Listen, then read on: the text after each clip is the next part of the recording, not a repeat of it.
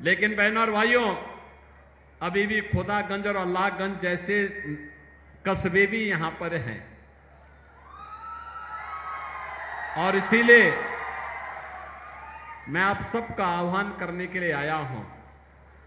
मोदी जी ने कहा है ना, आजादी के अमृत महोत्सव के मुख्य समारोह को संबोधित करते हुए उन्होंने पंच प्रण की बात की।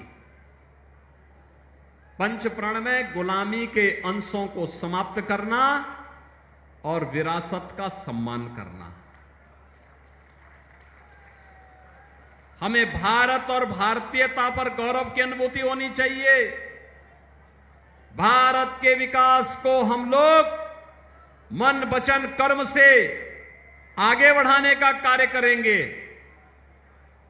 और अपनी विरासत का सम्मान भी करेंगे।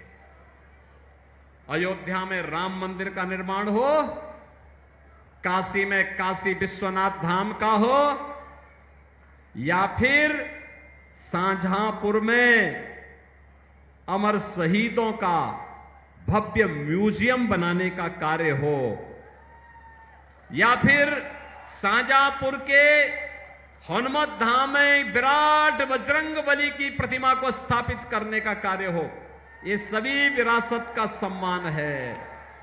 और बहनों और भाइयों, उसी विरासत के सम्मान के साथ जोड़ने के लिए आज ठाकुर रोशन सिंह के इस पावन धरा पर, अमर शहीद ठाकुर रोशन सिंह के इस पावन धरा पर आकर के इस धरा को नमन करने का मुझे सौभाग्य प्राप्त हो रहा है। मैं इसके लिए आयोजकों को हृदय से धन्यवाद देता हूं और आप सबके आगमन के लिए भी आपका मैं अभिनंदन करता हूं। बहनों और भाइयों, मैं आज से लगभग 5 वर्ष पहले इस धरती पर आया था। मैं यहां आया था तब ठाकुर रोशन सिंह के नाम पर एक महाविद्यालय के निर्माण के कार्यक्रम को हम लोगों ने आगे बढ़ाया था। बहनों और भाइयों, इन शहीदों के शौर्य और पराक्रम का, उनके त्याग और बलिदान का परिणाम है कि आज हम सबको आजादी मिली है। इस आजाद भारत में हम अपने अनुसार योजनाएं बना पा रहे हैं। बिना भेदभाव के समाज के और तबके को सम्मान मिल पा रहा है। कोई भेद नहीं है। गांव हो, गरीब हो, किसान हो, नौजवान हो, महिलाएं हो, सबको बराबर सम्मान प्राप्त हो रहा है। इन महानायकों के कारण आज भारत दुनिया का सिरमौर मोदी जी के नेतृत्व में बनता हुआ दिखाई दे रहा है। वह सपना जो हमारे शहीदों का था, जो बलिदानों का था। क्या कहा था पंडित राम प्रसाद बिस्मिल ने? यही तो कहा था जब फांसी हो रही थी। जेलर ने पूछा था, क्या अंतिम इच्छा है? लोग मानते हैं कि भाई किसी को अगर हम फांसी दे रहे हैं, उससे पूछेंगे अंतिम इच्छा, वो कहेगा साहब मुझे छोड़ दो, वो एक बार माफ कर दो। उन्होंने कहा नहीं, हरगिज नहीं, मैं अंग्रेजों से माफी नहीं मांगूंगा। उन्होंने कहा था, मुझे तो एक ही इच्छा है, एक ही इच्छा है मेरी कि मैं बार बार भारत की धरती पर जन्म लूं और जब भी मेरा जन्म हो वह मातृभूमि के लिए समर्पण का हो, मातृभूमि के लिए बलिदान का हो। यही तो कहा था रामप्रसाद बिस्मिल ने। इसी बात को लेकर के आज हम सब आपके बीच आए हैं और यही ठाकुर रोशन सिंह ने कहा था, यही असफाउल्लाह खान ने कहा था।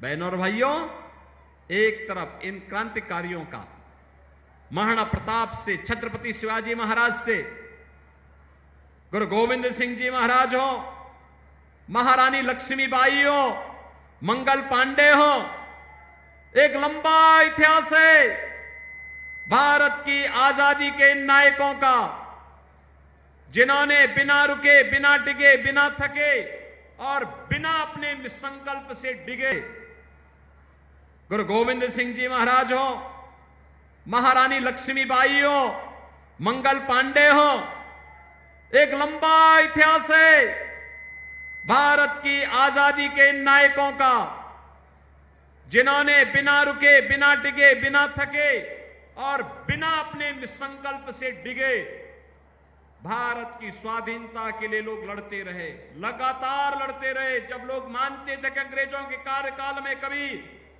सूर्य अस्त नहीं होता, लेकिन इनका संकल्प था कि हम अंग्रेजों का सूर्य अस्त करके रहेंगे और भारत की स्वाधीनता का सूर्योदय होगा।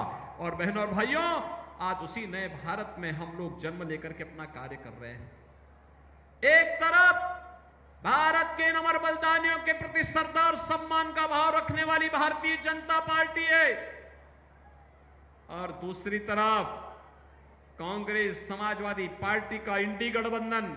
आपने देखा होगा, अभी 2 दिन पहले समाजवादी पार्टी ने मैनपुरी में राष्ट्र नायक महाराणा प्रताप की प्रतिमा को पवित्र करने का प्रयास किया। समाजवादी पार्टी के गुंडे मूर्ति के ऊपर चढ़ते हैं, मूर्ति में महाराणा प्रताप के आन मान शान के प्रतीक भाला को तोड़ने का प्रयास करते हैं, मूर्ति को पवित्र करते हैं, गाली गलौज करते हैं। इन अकबर और औरंगजेब की औलादों को बताया जाना चाहिए, ये नया भारत है। इस नए भारत में राष्ट्र नायकों का अपमान भारत स्वीकार नहीं करता है, नहीं करता है। ऐसे ही समाजवादी पार्टी के गुंडों ने भारत के संविधान के शिल्पी बाबा साहब डॉक्टर भीमराव अंबेडकर की प्रतिमा को भी अपवित्र करने का प्रयास किया। बहनों और भाइयों, अभी भी कभी कभी मुझे लगता है कि कानून का राज स्थापित करने के बाद भी जब चुनाव आते हैं तो इन गुंडों की गर्मी चढ़ने लगती है। ऐसे लगता है जैसे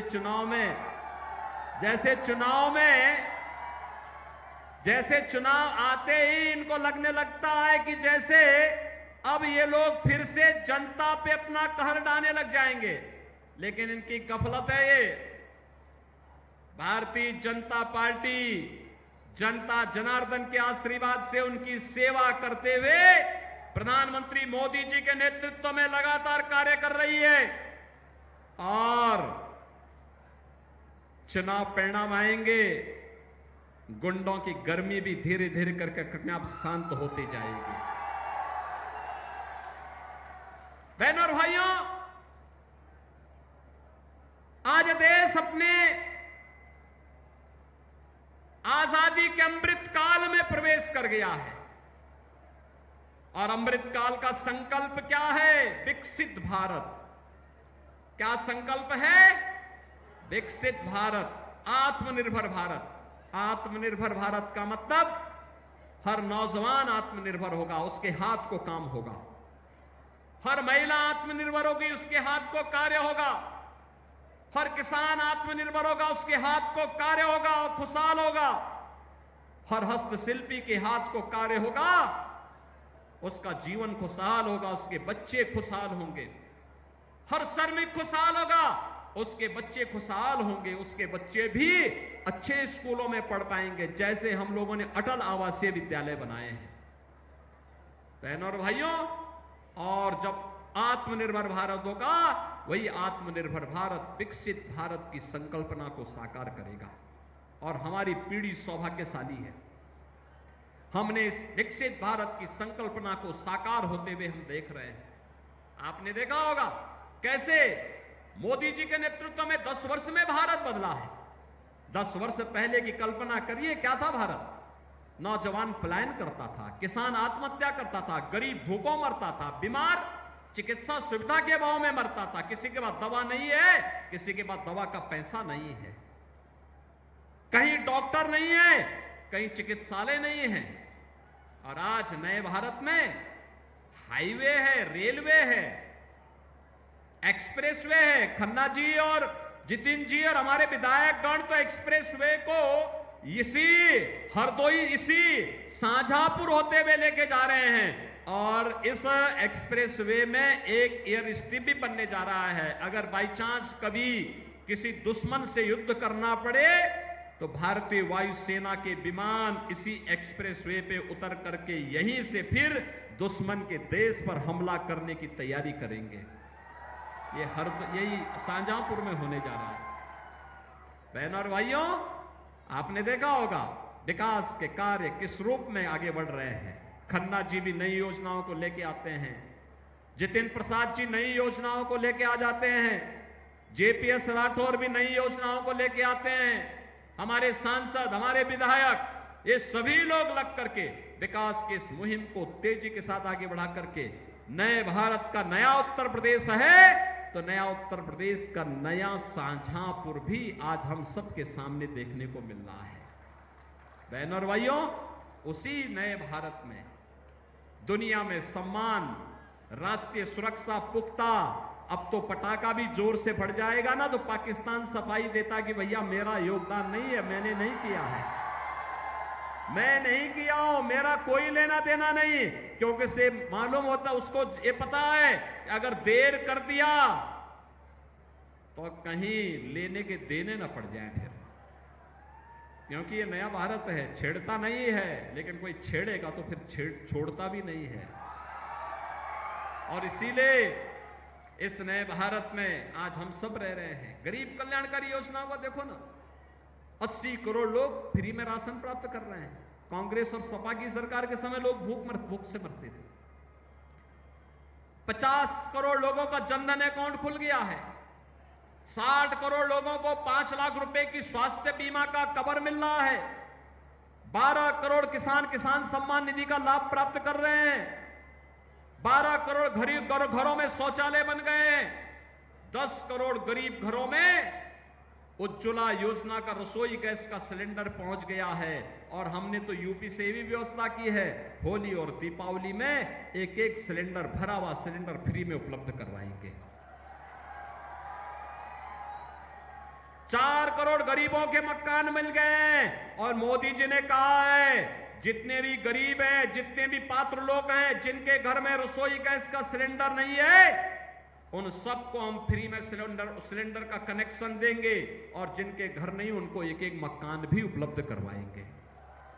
आप भी अपने तरीके से घोषणा करके आइए, मोदी जी का प्रतिनिधि बन करके, योगी जी का प्रतिनिधि बन करके आप भी गांव गांव में बोल दीजिए, जिसके पास मकान नहीं उसको मकान मिलेगा, आश्वस्त कर दीजिए। बहनों और भाइयों, जहां यह कार्य है वहीं साथ ही साथ अयोध्या में रामलला भी आ गए। कांग्रेस क्या कहती थी? कहते थे राम तो है ही नहीं। समाजवादी पार्टी के लोग क्या कहते थे कि परिंदा पर नहीं मार सकता। अरे कल ही प्रधानमंत्री मोदी जी अयोध्या आए थे, आपने देखा होगा, लाखों लोग उमड़े थे, लाखों लोग आए थे और सभी लोग मोदी जी का अभिवादन कर रहे थे।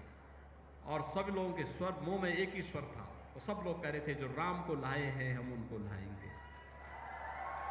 यही तो शाहजहांपुर के अंदर भी है ना, यही तो शाहजहांपुर में भी है ना, शाहजहांपुर भी यही सोचता है। तो बहनों और भाइयों, रामलला अयोध्या में 500 वर्षों के बाद फिर से विराजमान हो गए हैं। भगवान राम ने अपनी इस बार होली भी मनाई और अपना जन्मदिन भी मनाया अयोध्या में।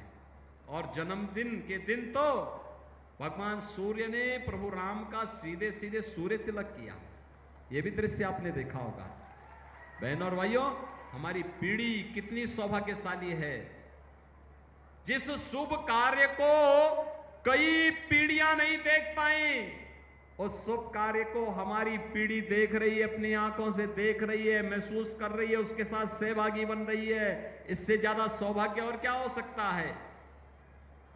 बहनों और भाइयों, इसीलिए तो राम प्रसाद बिस्मिल ने कहा था कि इस भारत वर्ष में 100 बार मेरा जन्म हो, कारण सदा ही मृत्यु का देशोपकारक कर्म हो। और मुझे लगता है कि ये पंडित राम प्रसाद बिस्मिल और ठाकुर रोशन सिंह का यह संकल्प आज साकार हो रहा है। और उससे संकल्प करने के लिए आज हम आपके बीच आए हैं। भारतीय जनता पार्टी ने श्री अरुण कुमार सागर को फिर से अपना प्रत्याशी बनाकर के आपके बीच उतार के भेजा है। बहनों और भाइयों, वे भारतीय जनता पार्टी के प्रत्याशी हैं। कमल चुनाव चिन्ह पर पड़ने वाला एक एक वोट ये सीधे मोदी जी के खाते में जाएगा। मोदी जी को तीसरी बार देश का प्रधानमंत्री बनाएगा। मोदी जी का प्रधानमंत्री बनने का मतलब दुनिया की ताकत के रूप में उभरता हुआ भारत, विकसित भारत, आत्मनिर्भर भारत, ऐसा भारत जिसको कोई दुश्मन आंख नहीं दिखाएगा, और उस भारत के अंदर आपका भी सम्मान सुरक्षित होगा, आपके घर में भी समृद्धि आएगी, आपके यहां भी विकास होगा। और उसी के लिए हम लोग आए हैं। अरुण कुमार सागर को भारतीय जनता पार्टी ने अपना प्रत्याशी बनाया है। भारतीय जनता पार्टी के प्रत्याशी हैं निषाद पार्टी ने, राजभर पार्टी ने, अपना दल ने, राष्ट्रीय लोक दल ने भी इन्हें अपना समर्थन दिया है। ये सभी लोग उनके साथ सहभागी बन रहे हैं। आप भी अरुण कुमार सागर को अपना आशीर्वाद देने को तैयार है ना? कमल चुनाव चिन्ह पर तैयार है? अरे जोर से बोलो शाहजहांपुर वालों, सहमत हैं? सभी लोग सहमत हैं? लेकिन बहनों और भाइयों, इस